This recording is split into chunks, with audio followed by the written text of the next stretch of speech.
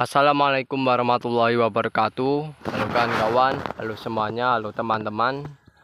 Selamat pagi, selamat beraktivitas. Pada kesempatan kali ini, di video kali ini kami akan membahas lebih mendalam mengenai tentang pengendalian hama, yang dimana itu saat musim kemarau perlu juga namanya perlakuan pengendalian hama, karena pastinya kita sebagai seorang petani menginginkan hasil yang maksimal, dan yang jelas menginginkan juga buahnya bisa berbuah lebat dan bagus kan kawan.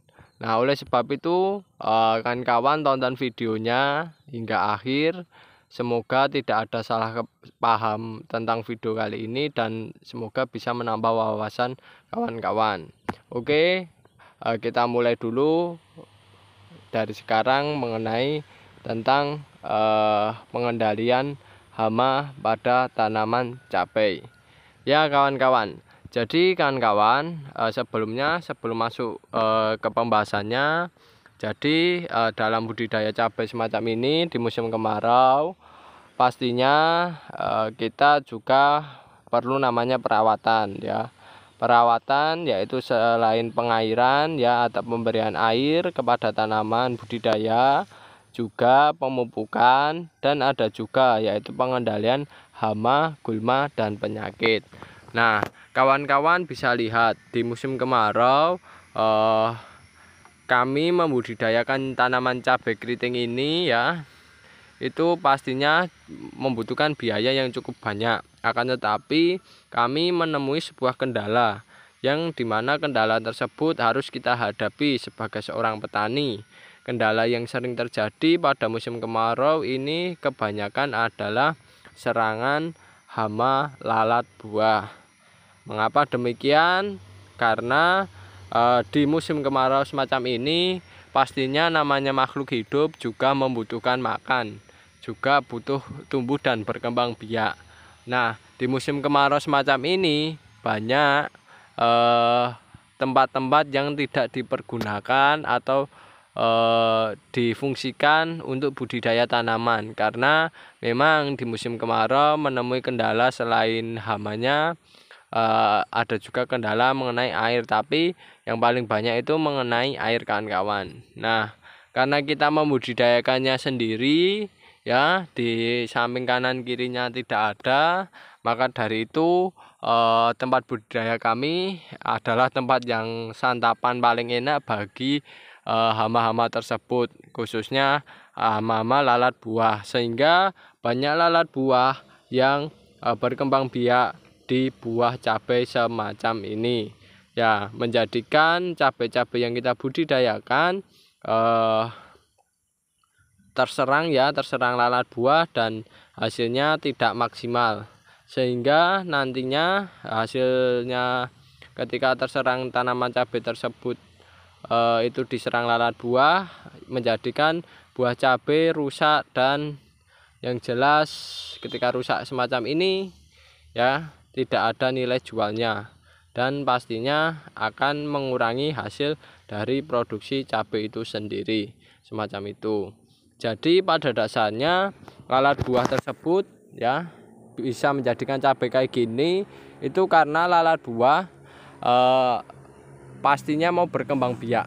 Ketika mereka mau berkembang biak, maka mereka akan menempatkan telurnya ke buah-buah atau ke calon-calon buah cabai yang besar semacam ini, atau yang kecil ya kan kawan.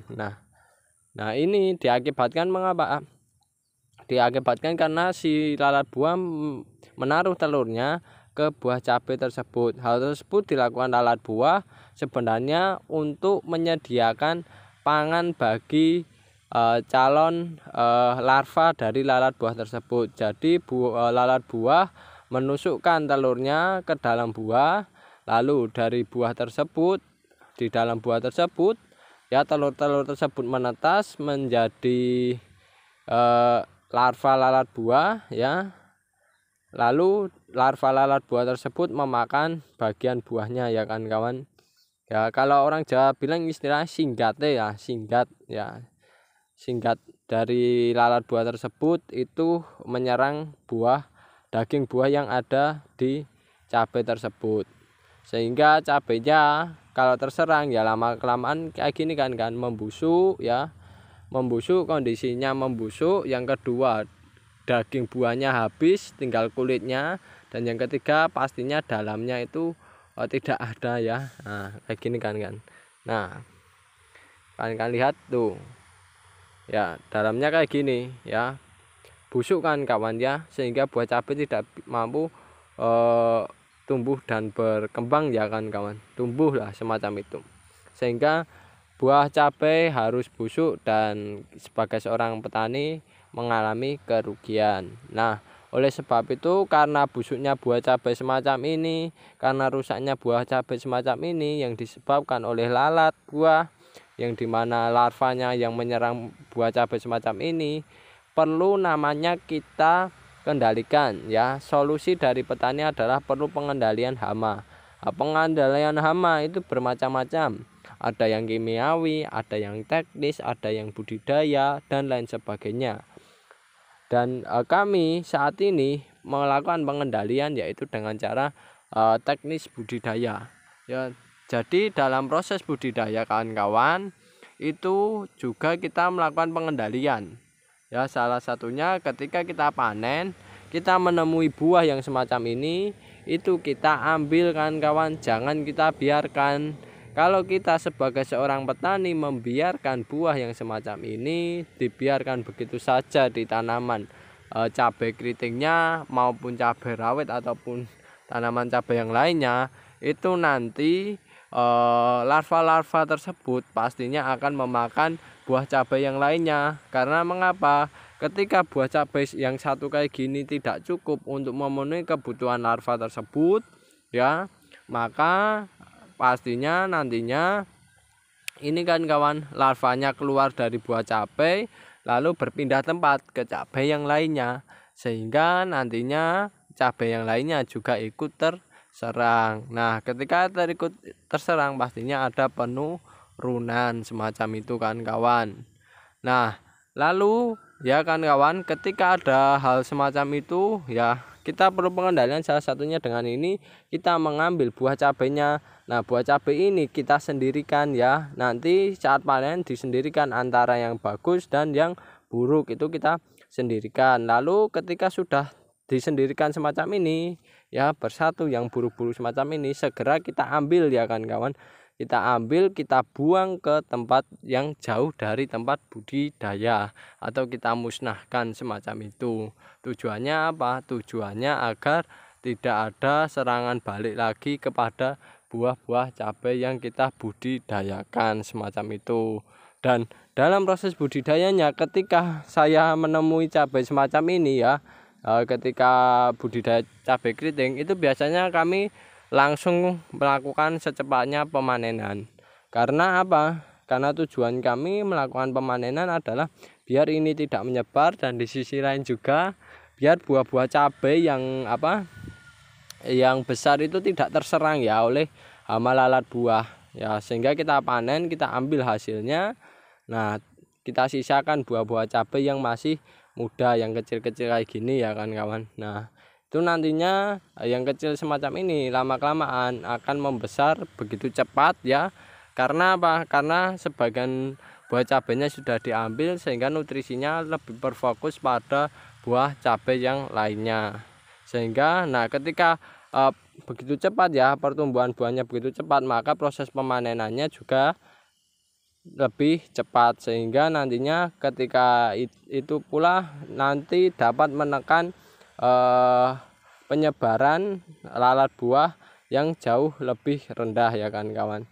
Tapi kami lebih paling pokoknya yaitu mengambil buah-buah semacam ini untuk dimusnahkan dan dihilangkan ya dari tempat budidaya kita, karena takutnya menyebar ke tanaman-tanaman atau buah-buah yang lainnya semacam itu.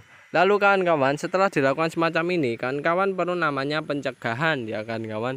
Jika efeknya masih sangat berpengaruh pada hasil pada budidaya kawan atau keuntungan kawan-kawan, Nah, kawan-kawan perlu lakukan pencegahan agar tidak terserang kembali. Nah, salah satu yang pernah saya lihat di YouTube yang lainnya itu salah satunya adalah memasang perangkap ya. Perangkap lalat buah. Kawan-kawan bisa menonton di video channel yang lainnya itu bagaimana melakukan penangkapan lalat buah ya. Itu pengendalian secara mekanis.